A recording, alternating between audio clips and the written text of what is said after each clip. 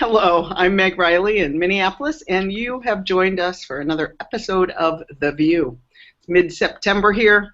Gorgeous, cool morning. Couldn't love it more. How's everyone else? Aisha, how is it out west? Here in Seattle, it is also cool, and I also love it. And it is a bit overcast, but I think we're heading to the 90s today. We're getting unseasonably warm weather, so that's news in Seattle. Hi, I'm Patrice Curtis in Clearwater, Florida, where the weather is lovely. Bit sticky this morning, but that goes along with seeing a dolphin right off of your balcony and up close, and really like seeing the eyes say, "Oh my gosh, where am I?" Wow. Wow. Hi, I'm Joanna Fontaine Crawford. I am in Austin, Texas. It's hot and humid today, but we have heard that there is a cool front coming, which means that it will be 90 degrees and unseasonably cool for us. Tom Shade here in Ann Arbor, Michigan, where today it is cool and clear and a really nice day. And I've been away from here, so I don't know how this fits into the long-term trend, but I'm glad to be here. And hi, everybody. Behind the chalice, we have Bob LaValle, who's doing tech for us today, hiding away. And Eric Cherry, the Director of International Programs at the UUA, is our guest today. We'll be talking about the refugee crisis and how Unitarian Universalists are and can responding to that. But meanwhile, we have with us Reverend Defiance. Is that it? Reverend Defiance? Yeah, I like that. Defiant Reverend was one of the headlines that we got. So here at Live Oak UU Church, like many churches, we've had rainbow flags, a rainbow flag out on our church sign. We're in the suburbs of Austin and in a more conservative county than actual Austin proper. And so we really wanted to put that sign, you know, the symbolism out. And we put it out about a year ago, and, you know, things were totally cool. And then in May, once a month, our flags started getting stolen. So, you know, the first one got stolen, so we put out a bigger one, and it's continued. So our fourth one was just stolen, so we put out the fifth one, and when we did, we notified, you know, the local press about what was happening, and wound up getting quite a bit of coverage from it. But I have a story to break that even some of the Live Oak members don't know about this yet. Flag number 1 has returned. We were on the television news on Monday night, and Tuesday morning the security officer from an area high school came bringing flag number 1 and said that last May it appeared in front of their high school stuck in a traffic cone. So this is kind of an interesting twist, kind of a LGBTQ Robin Hood, if you will. So, No, wait a minute. No, like planted in a traffic cone in front of the high school. So, you know, what we're doing is we're trying to find out the names of all of the adult sponsors for the gay-straight alliances at all the area high schools. And, you know, we're just going to contact them and say, hey, is there anything that we can do for you? We're happy to provide flags. we buy them in bulk now. Oh, that's a great story. That's a great story. But these happen once a month? Is this kind of a regular? Is it kind of... It's kind of regular, but not regular enough that, like, we could be out there, you know, waiting for it. Usually happens at night. The first one, you know, that wound up at the high school, they simply removed it and took it. Some of the later ones, though, I'm thinking this is someone completely different. The last one, I believe it was, they ripped down the pole, the holder, the everything else, and so we have the situation of going, okay, because we've had a lot of suggestions about how to secure it, but it's the case of, okay, we don't want to ruin our, $3,000 church sign trying to save a, $20 flag. But we'll see. Maybe now with the press, maybe that'll stop happening. We'll see. Or it'll happen more. So this reminds us all of the congregations that are having the Black Lives Matter signs taken down and the banners taken down, of which there have been quite a few. I can just report that Cindy Landrum, our colleague in Plymouth, Michigan, wrote a column for my blog about kind of summarizing what she knew at that point about the Black Lives Matter banners coming down, and the view stats on that are off the charts. I mean, it's like in the last week since it's been up, it's gotten almost 4,000 views, which is, like, for my humble blog, quite a huge number. She's had that's her second blog post that's wiped out everything, all the records. So she's at the top of the leaderboard in my little world, which is kind of like, well, maybe I should be on her blog. But anyway, nonetheless, it's, really, I don't want to get caught up in my own little drama about that, really. Because, I mean, these are congregations that are taking a strong stand and having, getting this kind of pushback from some element in their community. So I think the other thing that's happening, is it okay now? Yeah. Okay, great. I'm good, Meg.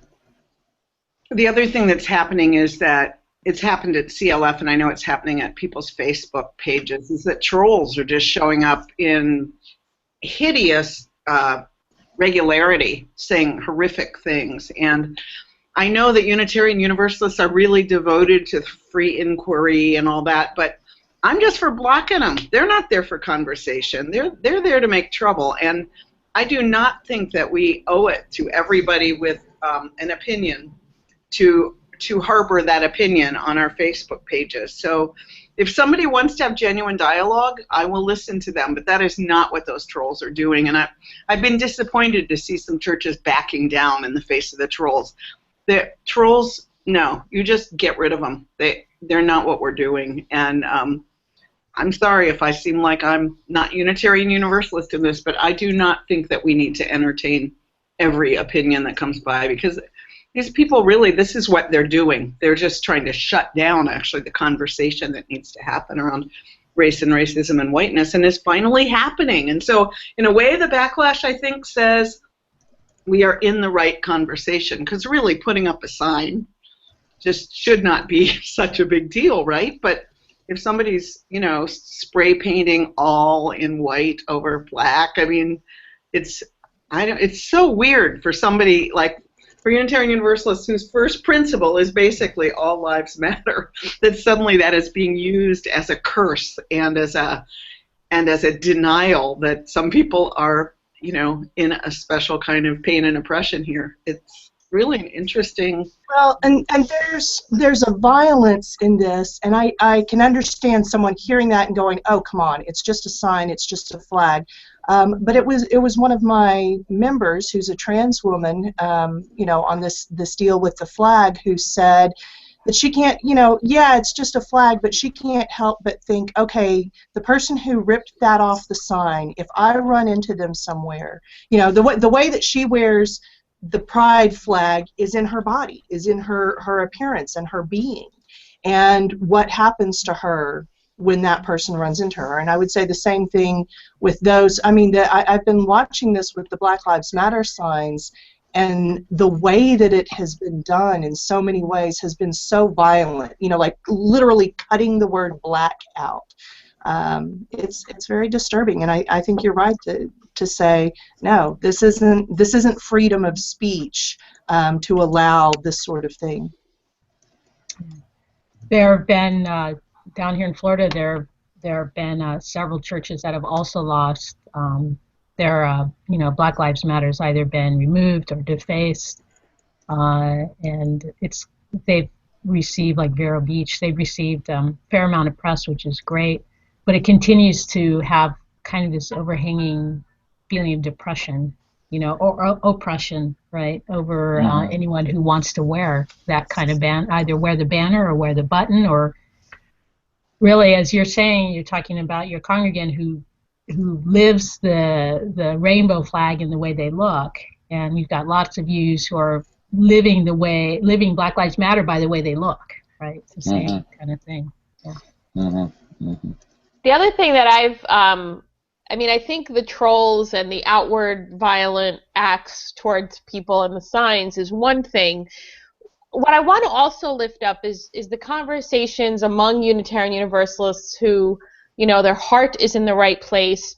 But I've had people who, would never deface a sign, and that's not where they are, ask, well, don't all lives matter? So we've had that conversation even among the very reasonable, liberal, open-hearted folks. So I think that's an important part of the conversation as well, is that I actually had to stop somebody from my newsfeed, not because they said anything wrong, but they changed their profile to say all lives matter, and I couldn't even look at it. And then this was a UU person who, I'm like, oh, wow, I thought you would know better. So I think that's also an important part of the conversation, that the all lives matter versus Black Lives Matter there's conversation about that among people who are actually, I will say, brave enough even to lift it up, because I think there is a lot of people feel that way, but I actually appreciate not the trolls, obviously, but those who say, well, don't all lives matter, and then we can engage in a conversation.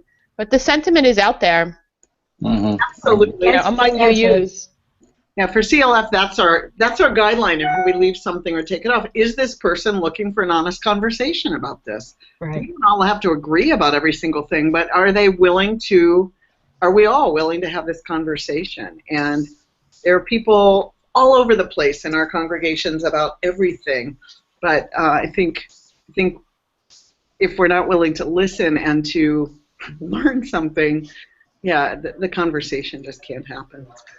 We have to just understand that there's a kind of right-wing activism which consists of people quite consciously and deliberately sitting at their computers, trolling, looking around, doing Google searches, looking for people who speak up on guns and on Black Lives Matter and on a few other issues, and they pounce on it. They talk about it amongst themselves. There are reports of, if you get into Reddit, some of the sub-communities, they talk pretty clearly about, this as a organized activity. Well, maybe not organized, but as an unorganized but yet coordinated activity in which people do this. And their theory is that they set up a culture of intimidation that makes people feel like the vast majority are against us, and that we're swimming upstream, when in reality, at least on the gun issue, the majority is with us. But it's a tactic of cultural intimidation and setting up an atmosphere, and so we have to be able to go, which I think makes just blocking them, erasing them, deleting them from our feeds and timelines as quickly as possible an important thing to do. Not just a sign of weakness on our part, but a sign of us resisting their intents to intimidate us. I noticed as soon as I did an article on that had to do with guns, I started getting these folks showing up, threatening in a kind of vaguely threatening way, So the Black Lives Matter versus All Lives Matter is something that I actually had to really think about. Not that I don't think Black Lives Matter, obviously, but the question is, and when I really thought about it, I realized that when I looked over kind of the arc, I guess, of my social justice activism since I was a teenager, I realized I've I've always lived that all lives matter. It just depended on whose lives at the moment seemed to be lifted up or needed or somehow needed extra, like attention. So, being I started off, sort of a nuclear war, against nuclear war activist, and it was based on, folks living in countries where they seemed at risk, and then, as a really active feminist, I mean, I'm still a feminist, but I was an activist feminist. I've been involved in trying to get kids who have cerebral palsy to get them out of their silos. So there was a time when kids with cerebral palsy, for me, was the lives that were particularly mattering. And I think if we could think of it like that, it would allow us to give us the space to say, yeah, okay, right now as a UU, I could say that, these are the lives at this moment that need to be really lifted up and that we really need to be paying attention to. So I just don't see, I don't know, it's sort of, I think there's not really a conflict. No, I mean, somebody said, and I thought it was a good way to frame it, like if I said, save the butterflies, I wouldn't be saying I don't care about owls, I would just be saying save the butterflies, they're under threat, and there's something about this whole kind of, I mean, for the liberals, this colorblind notion that pointing up race is racist, and it's, we got a long way to go. I was going to say, my 18-year-old and I went to the state fair on Monday, and then Gia went off with friends, and I came home and ended up going back to pick Gia up. And so I was trying to figure out, I was in this big parking lot trying to figure out where to be, and I talked to this very nice police officer who helped me figure it out. Meanwhile, Gia, across the parking lot, watched police pull 2 black taxi drivers out of their taxis, handcuff them behind their backs, and shove them down, stand there yelling at them for being in the wrong lane. Exactly what I did. Exactly the same thing I did. And for me, that's such evidence of why we need to say Black Lives Matter, because you know what? They already knew my life mattered. They already treated me like my life mattered. And meanwhile, Gia was so traumatized by this, and I doubt those police officers will even report that, because, I mean, not the police officers, of course they won't, the cab drivers, because nothing happened. They were unhandcuffed and let go. Neither of them, landed on their head or anything. And what would happen if they reported it? Nothing. So that was such evidence to me of why we need to say Black Lives Matter, because me sitting there as this white middle-class lady, I was treated with such respect in exactly the same situation, and that's just a tiny, tiny microcosm. But I'll just say, it's really traumatic. I mean, it was the night before Gia started college, and we should have been all focused on that, and instead we were talking about why people are cruel and why these police, just because they could, were misusing their power. And of course, we'd had the Black Fair at the beginning of the fair, and this was the end of the fair, and the police were fabulous during Black Fair. I mean, their talking point was, this is what democracy looks like. They were, and I don't know if they were the same or different officers, but it's a systemic issue. It's not about a few bad apples. It's a bad tree and bad soil there. So anyway, we could go on, but we have a special guest here who I'd really like to welcome, Eric Cherry, my old colleague that I got to work with. And I've asked Patrice to take some lead with talking to Eric, because Patrice has worked in refugee communities around the world, and I think we'll ask really smarter questions than I would be able to about this. So I'm going to turn it over to you two for a while. Well, thanks so much, Meg, for the invitation. It's really a pleasure to be with this esteemed crew today. The conversation that we've had so far is really so important and so present for me as well. And I want to thank you, Meg, for sharing the powerful story that you just did about the fair, or the 2 fairs. And I can really see how Patrice's evaluation of the All Lives Matter and Black Lives Matter statements are related to that. We shouldn't be surprised that folks in our congregations were hearing us preach about how all lives matter for decades, and we're asking them to evolve, to come along, to see that there's something, there's another word that needs to be said, and it's it's exciting to see how that's gaining strength in our communities, in our congregations, and as you say, there's still a lot of work to be done in that regard.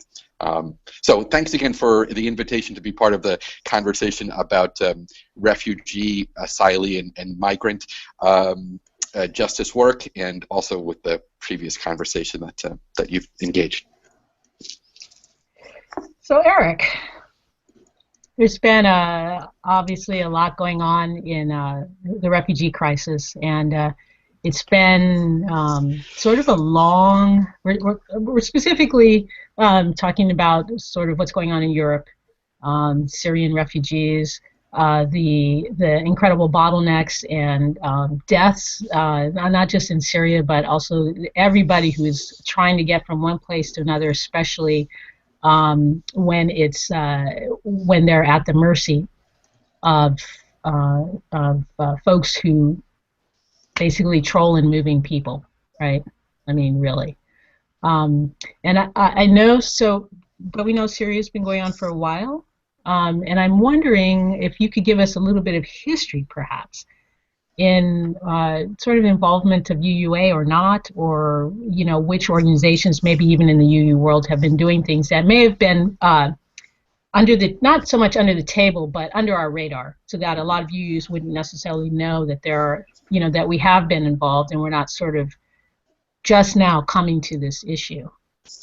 Thanks, Patrice. Well, just in terms of overview, let's make sure that people keep in mind that the conflict in Syria is almost 4 years old at this point, that there are likely 11 million people who have been displaced in that conflict in any variety of ways, internally and externally, that something like 4 million Syrian refugees are currently externally displaced in neighboring countries, especially in Turkey, in Jordan, a very large refugee community in Lebanon, and that's primarily where people who have had to escape have gone over the past 3 or 4 years.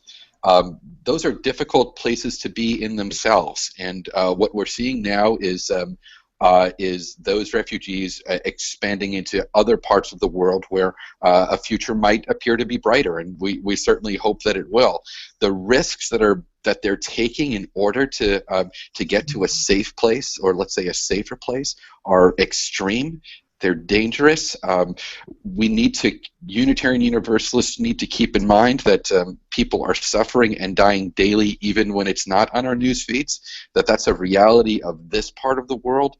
And perhaps more importantly, to keep in mind that this is a current flashpoint of a global phenomenon that's a daily experience for people, that refugee, asylee, and migrant issues are not only severe and a great injustice on borders in North America, in Europe and the Middle East, but all over the world. It's our privilege to have our attention focused on that global phenomenon in this specific case. Now, in situations like this, the way that UU institutions typically get involved when it's working with a secular organization is organized by the UU Service Committee, and the UU Service Committee's philosophy is to find ways to add assistance in places where people are being left out of the general assistance. They do that extremely well. And in this case, the niche that the Service Committee has focused on, as I understand it, I don't work for the Service Committee, so I'm speaking as a friend of the Service Committee, not as a member of the staff, is on mental health and resiliency work with Syrian refugees, especially in Turkey. And right, so in the last couple of weeks, we've seen how refugees arriving in Central Europe, particularly in Budapest, crossing the border into Hungary and being treated very poorly by the Hungarian government there, brought our attention to this crisis, and glad to talk about what that's been leading to as well. Great. Thank you. That's such a really solid foundation for us to talk from. So, having myself worked in refugee camps and actually seen um, the mental health issues that you're speaking of, and by mental health, I am not speaking of mental illness as we would think about it, right? But just the sense of wholeness that gets damaged in having to leave your home with everything, practically everything that you own, in the middle of the night, usually around because of some violent event that has literally awakened you out of your sleep, and fleeing with just what's on your back. It's really hard, I think, for people to really imagine what that's like and what it can be like then when you flee to a place that you don't know, to a living situation that is, I don't even know sometimes how it's bearable, and to then be effectively stuck there, looked at as if you're less than because you are in this situation that is not of your making. And you may have experienced some personal violence along the way, some personal attack. You may have seen a family member murdered in front of your eyes in some horrific way, either by something dropping from the sky or maybe even actually at the hands of someone. And there you are. And the mental health issues, the spiritual issues, they do not get addressed. It is pretty tough for an organization like it's some of the nonprofits that feed folks. I mean, they're concentrating on making sure people aren't catching diseases because there's so many people packed in an area. They want to be sure they're trying to get people to get enough calories, right, to stay alive. And mental health, that is not even on the agenda typically. Protection of women in these camps, not only women, but girls, boys who are raped and stolen and all kinds of horrific things. So mental health, that sounds like a really great niche. Well, Patrice, I think that your testimony from personal experience is really helpful here, and to keep in mind that the financial support that's available for the global community is focused on the most basic needs of refugees by and large, and it doesn't often expand beyond that, basic food, basic shelter, basic clothing. And while there are fantastic organizations doing really important work, including the International Rescue Committee, which we have long and historic ties with, making a huge difference in the lives of refugees all over the world. Mm-hmm. There are also spaces that Unitarian Universalist organizations like the Service Committee can step into and occupy and also make an important difference.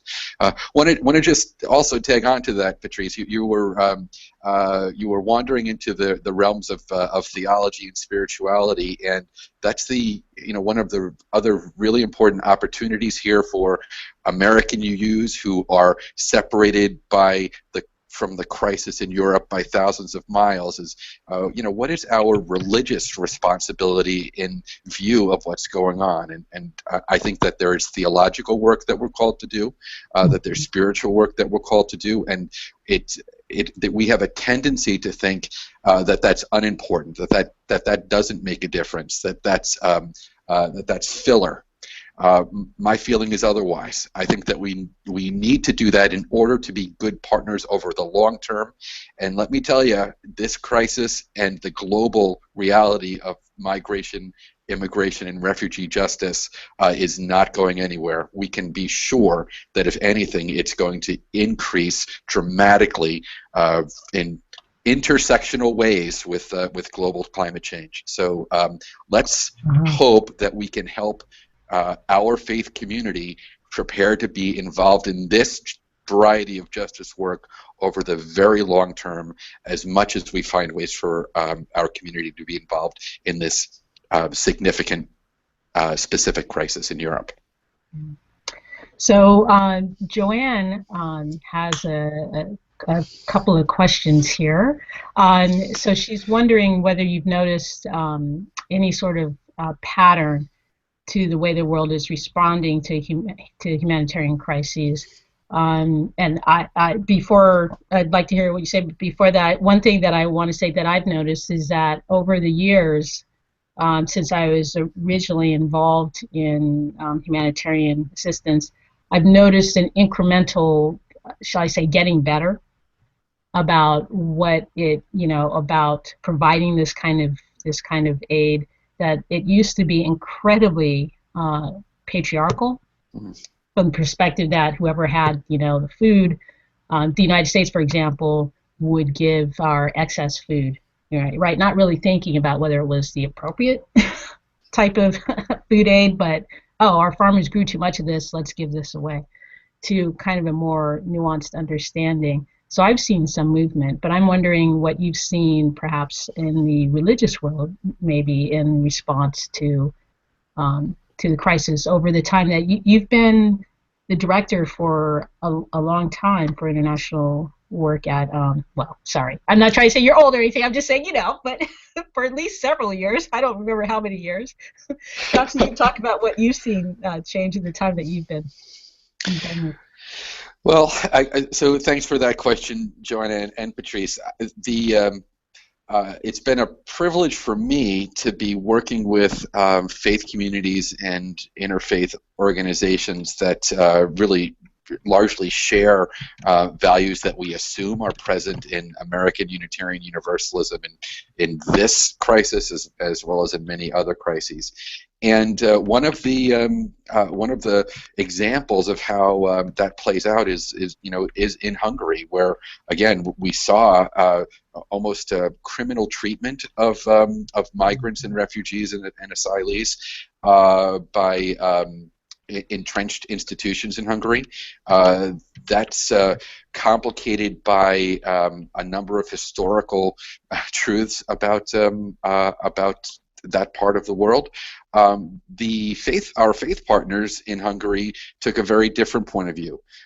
They quickly wanted to find a way to be supportive of the people from a place of compassion, from the people who were suffering from a place of compassion. And I'm really pleased to be able to say that just this morning, a matter of an hour or two ago, an official statement from the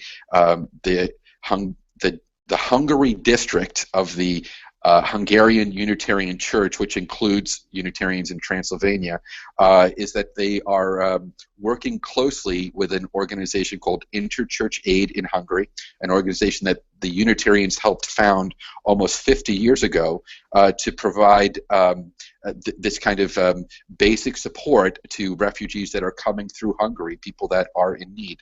So there is I think it's largely an ecumenical group in Hungary that the Unitarians are partnering with to be supportive of people coming through the region, in stark contrast to how they're being treated by other entrenched institutions. And American UUs and UUs around the world will certainly have a chance to be supportive of the steps that our faith partners in Hungary are taking. So again, just to recap, it's been a privilege for me to see our faith partners around the world time after time stepping into difficult situations with the same values that we assume are shared by American UUs. That's been the case over and over. And in this particular case, there's been a stark contrast between the entrenched institutional treatment of immigrants and a very compassionate response from the Unitarian community in Hungary. Great.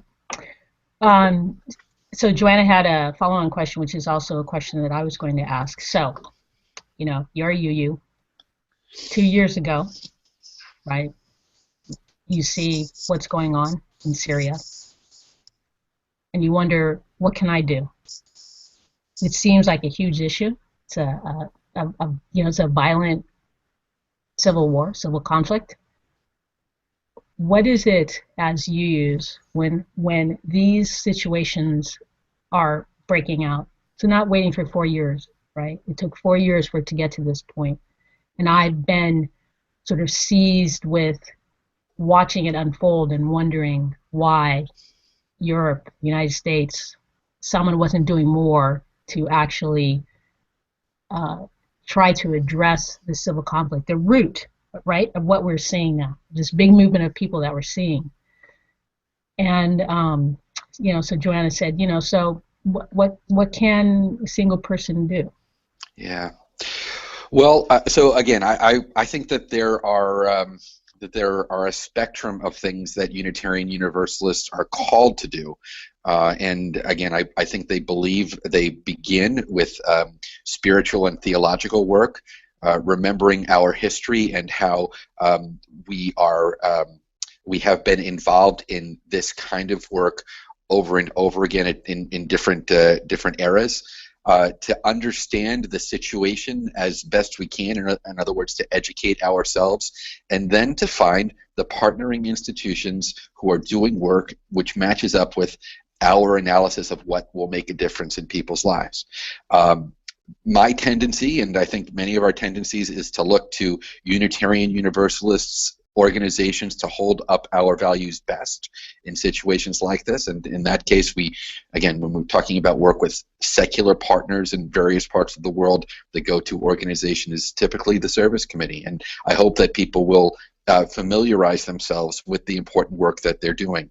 Now, when a crisis erupts that gathers the attention of the world, other kinds of responses are important as well, and it looks very much to me as though a call for contributions jointly by the UUSC and the UUA will be forthcoming. Expect that there will be a message about that before the end of this week in order to help congregations who are interested in taking that path prepare for special contributions on Sunday, and certainly detailed information about it by Monday. I'm sure that the work of our faith partners in Central Europe will be related to that, but so will other organizations, secular organizations that have experience and on-the-ground resources in the region as well. So for Unitarian Universalists to recognize and decide that this is a global phenomenon, an injustice that deserves our attention, is step one. When it starts taking over the media and the news, that tends to have an important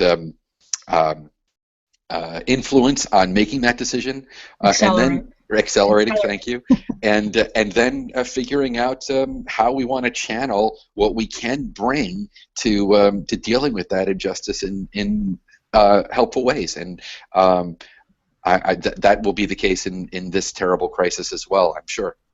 So if a congregation is interested, the short answer to all that is contact Eric. Well, not contact Eric, but keep that Eric and many others who are deeply involved in this work will be in touch through social media and over the internet in the next couple of days about ways of making contributions that will make a difference. Okay, so that would be so we'll get an email, or there may be Facebook. Don't you have a Facebook page or a blog? Yes, exactly, Patrice. Okay. I want people to keep praying also, and bring this into worship, and do the historical work. Remember the Sharps. Remember how our work with Varian Fry, who was the founder of the International Rescue Committee during the Second World War, made a difference, and what that means about who we can be in the global immigration, migration, and refugee reality in the 21st century. I really hope that congregations won't miss the chance to do that. So we should pause here. We're about a little more than halfway through.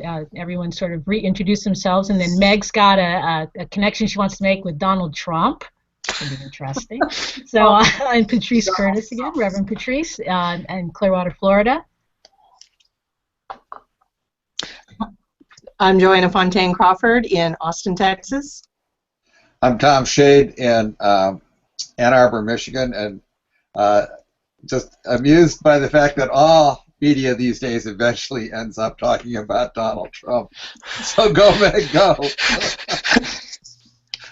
I'm Aisha Hauser in Seattle, and I'm not going to say that man's name. I'm Eric Cherry, Director of the International Office for the Unitarian Universalist Association, broadcasting from Logan Airport in Boston, Massachusetts. Our special guest and behind the chalice is Bob Laval, who is our tech guru extraordinaire and CLF learning fellow, or I don't remember the exact official title, but yeah. Meg. So Meg DT. Riley here in Minneapolis with the CLF, and Eric, I can't remember the story about the International Rescue Committee because I don't know it, so I'd love you to tell that story.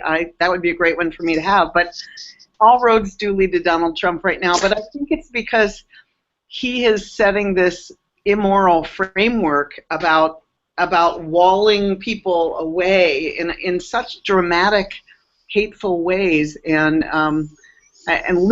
connecting some of these dots. I mean, whether it's the rise of the Nazi Party in Greece right now with the economic crisis, or the New Yorker did a whole article here about all the white supremacist groups, and they finally got their candidate in Donald Trump. But I think what concerns me the most is that the other Republican candidates are adopting his language so I just was heartened by your saying we think that the theology doesn't matter, but it really does, because that is just evil, really. What's being said is just shut your heart. You are not your brother. You're not connected to other people. It's just it's anathema to Amen. Oh, that's my minister preaching. That's why I'm a member of the Church of the Larger Fellowship, Meg. Thank you. Yes, and that's what I need to hear from you. That's what we all need to hear from pulpits around around the country. That these are our brothers and sisters, not someone else who are going through this crisis. And our theology, our commitments are to be present to this emergency. So I really appreciate how you're framing that. And on the sort of the ironic side, I understand that that both Trump and a couple of other of the Republican candidates have joined Martin O'Malley in calling for the U.S. to open its doors to 65,000 Syrian refugees. Now, I don't know a lot of the detail about that, but it's an interesting irony, and glad that it's a bipartisan effort. It's something that we need to do. Yes, we do. Can you tell us the story about the International Rescue Committee, though? Because I'd like to know that story. Sure. So the sort of, I would say that the second phase of the Unitarian Service Committee's work in Europe to save refugees was centered in Lisbon, right? They were taking care of refugees who made their way out of Central and Eastern Europe to Portugal as they waited for visas for travel documents to arrive and help them to make that next step out of Europe into safety. Well, the person and the organization that were helping them get to Portugal was Varian Fry, the founder of the organization that became the International Rescue Committee. So this was a very close working relationship in those early years, and one that was really formative for a sense of how we engage internationally at that important time. That's the basics of it. Hope that helps. That is absolutely fascinating, because I've worked, volunteered side by side with IRC folks, and I had no idea we had that connection. So you mentioned the potential of having 65,000 Syrian refugees come to the U.S., which would be just that would be phenomenal. I do know that there was I watched a long Facebook discussion about how does one become a what's the word when you become responsible for someone coming over here. What's the term that's used? Sponsor. Yeah, when you sponsor. So there is some interest, I think, amongst UUs. This was UUs talking about how does one become a sponsor.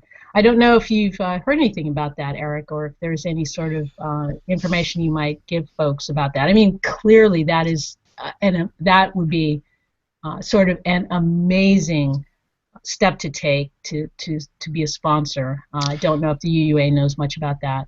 Well, thanks again, and once again, Patrice. The important thing here is to see the intersectionality, and so where I would turn is to our congregational commitments to the sanctuary movement and then the new sanctuary movement. That's basically a response to a different angle on this global phenomenon. And I don't have a specific path for people to take into sponsoring possible refugees from Syria. Glad to look into that. And I would not, on the other hand, be surprised if some of our UU congregations did have something specific about that. So maybe there's a crowdsourcing option on that angle as well. I think it's a fabulous idea, Patrice. And again, it fits in well with our involvement and our commitments in this global phenomenon over time. Mm-hmm. And how would it, so if a congregation was sort of thinking about that, are there UUA resources that would allow them to, that would help them to prepare for something like that? Again, sort of, thinking, not thinking theologically, because a lot of preparation, in order to do something like that right, in order to avoid this kind of sense of, here we are offering, our largesse to people in need, but really understanding and really being humble and understanding that we are them and they are us. Does the UUA have some resources that would help congregations do that work?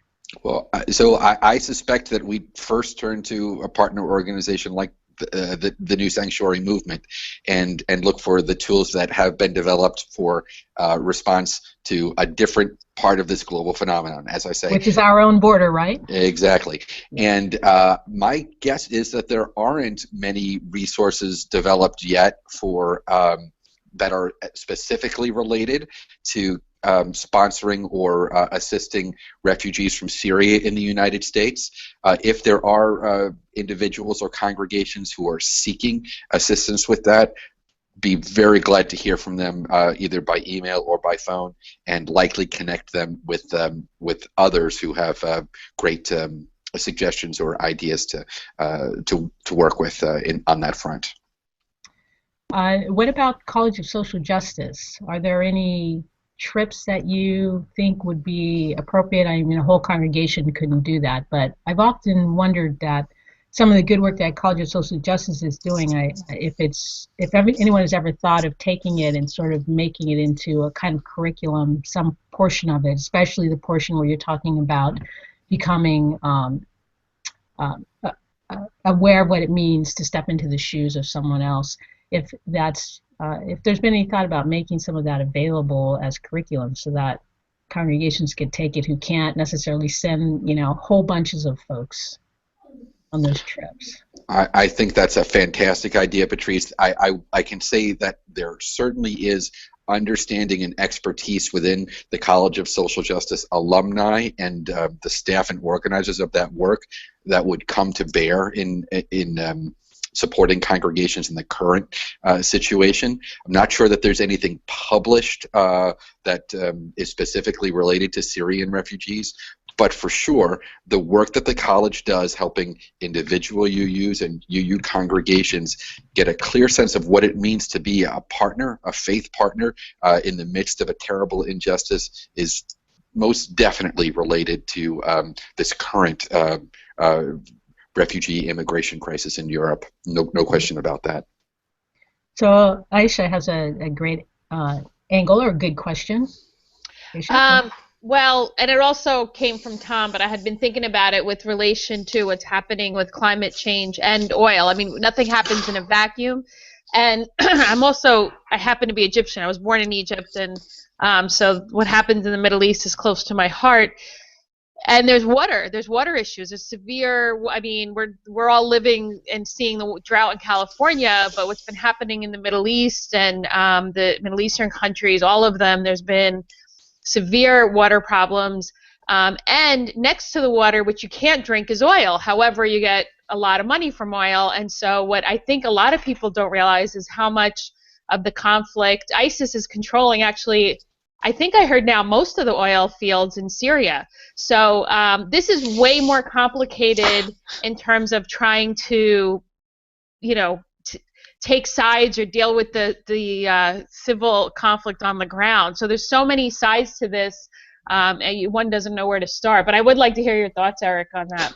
Wow. Well, I really appreciate the wisdom that you're bringing to this, Asia, and I agree that Unitarian Universalists in the U.S. aren't called to figure out who's right entirely and who's entirely wrong in this complicated situation. We certainly can see injustice when it's in front of us, and to name it and to call it. No question about that. But it is very, very complicated. One thing that we can count on is that water is going to have a huge influence on global immigration, migration, and refugee issues over the next, decades. No question about that. In all parts of the world, not just in the Middle East, and certainly there.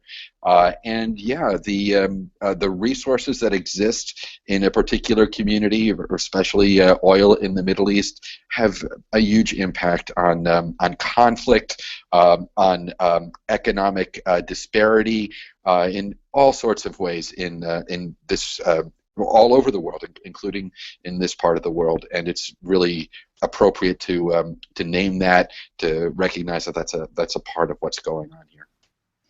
And just one more brief comment: the Service Committee's ongoing work on the human right to water is deeply related to this conversation as well. Yeah. Sorry, Tom. I was just to tack on, if anyone's interested in learning more about that, they could obviously contact UUSC, or if they want to get a state perspective, I'd send to UU Justice Ministry of California, which has really done some phenomenal, successful legislative work around human right to water. Folks would be pretty shocked to know what Californians don't have access. Did not have access to basic clean water before legislation was passed, making it a law, right? That all Californians have access to water. I mean, even the UN went and said this is pretty atrocious. So, Tom, you wanted to weigh in on climate change, or? Well, actually, I was, whenever one of these refugee crises occur, there's always what do we do? That's like always kind of like the Unitarian response is like, you about halfway through the meeting of discussing anything, there's people standing up going, but I don't want to hear anymore. I just want to know, what can I do? What can I do? And which I think is a expression of our illusion of power, that somehow we once we get involved, then things are going to get better. And I'm just wondering, among congregations in the U.S., wouldn't it be wiser that we would look at this issue in Europe as being exactly analogous to what's happening in North America? That there's conflict in El Salvador, Guatemala, Honduras, and Nicaragua. That conflict is generating refugees, asylum seekers, and migrants. They are pressing north into, so you have basically this situation where refugees of color are moving into what are considered white countries, in a sense that it takes some special largesse of character for white countries to accept refugees of color, and that the community divides, the country divides between between a kind of xenophobic response, Jobbik in Hungary, the right-wing party, or Trump in North America, but really we're facing pretty similar situations, and it's and maybe we should just be thinking a lot more about that, and kind of confronting our own issues about this, rather than like jumping across the pond to be more liberal than the Europeans are on this. Germany is accepting 800,000 immigrants, Syrian migrants, which is an awesome amount of number. 65,000. Martin O'Malley said the other night on Chris Hayes' show that for the United States to take 65,000 Syrian refugees is equivalent to adding 6 more fans into a baseball stadium holding 32,000 people. It's really quite small compared to what the capacity we have in the United States, and the fact that in many ways other people are worried about the fact that we don't have enough workers to pay into our social security system, that we ought to be on a population increase campaign through immigration rather than trying to keep people out. But all those are all my kind of randomly connected, beads of the necklace of my brain. But that's this stuff connects in so many ways. So Tom, I wonder. I want to say one thing. I wonder when we stand up and say, okay, what can we do? I have also thought that part of that is a sense of not willing to sit in pain. Mm. It's a way of stopping us from having to actually envision what it must mean. Like, let me just move past all of that, right? Let me move past all those feelings and immediately jump into doing. They don't have to just sit and think about what life must be like. Eric, we're kind of coming to the end. I wondered. So we've got all these migrants moving into Europe, moving into places where, like the United States, there are challenges in actually integrating migrants into communities. And I wondered if you had heard anything about, after all these 800,000, come to Germany. I know that there's been tension there, right, between Germans and migrants, just as we've seen in the United States. And I wondered if anyone is talking about what the next step is, how we might continue to be vigilant or to witness what happens. For example, we've got these folks who went in, but now they're sitting in the camps waiting to be fingerprinted. So it's every step is just painful. It's not like the doors are just flung open and people say, go where you want. I wondered if what you'd heard about that and what you might do around that realm as we move through this. That's a really great question, Patrice, and also want to thank Tom for for sharing his thoughts around this as well. I think those are all important and related to the complexities here. So I don't think that the conversation has gotten to that point yet, Patrice, although I hope that it will. I think that right now the conversation is focused on immediate need, and I think there's a great opportunity for the global UU community, which has a very wide diversity of constituencies in Central Europe, to find a way to be involved in that work. To do some monitoring, to make sure that that when the crisis comes off of the headlines, it doesn't come off of our hearts and off of our consciences. That's conversational work, that's dialogue work that the UUA will continue to foster, to want to have, and when there are answers to those questions, we'll certainly share them. So Eric, I just want to say thank you so much for the work that you do. I always find that your words and your presence are just a great, you're a great ambassador for Unitarian Universalism around the world, and I always find that you speak not only from a practical place, but also from a deeply spiritual and deeply UU theological place. So thanks so much. What a pleasure to be with you today, Patrice. Thank you. Amen to that. It's been really wonderful to have you, Eric, and may your travels be easy and boring. Boring is the best thing to do. Best way to be on a plane. That's the the best case scenario. It's Thank you. Grace, thank you. Your knowledge of what it's like to be in the camps was really inspiring as well. And thanks to everybody for wrestling with these complex and very interwoven issues. And we'll be back next week. Bye-bye. Bye, everyone.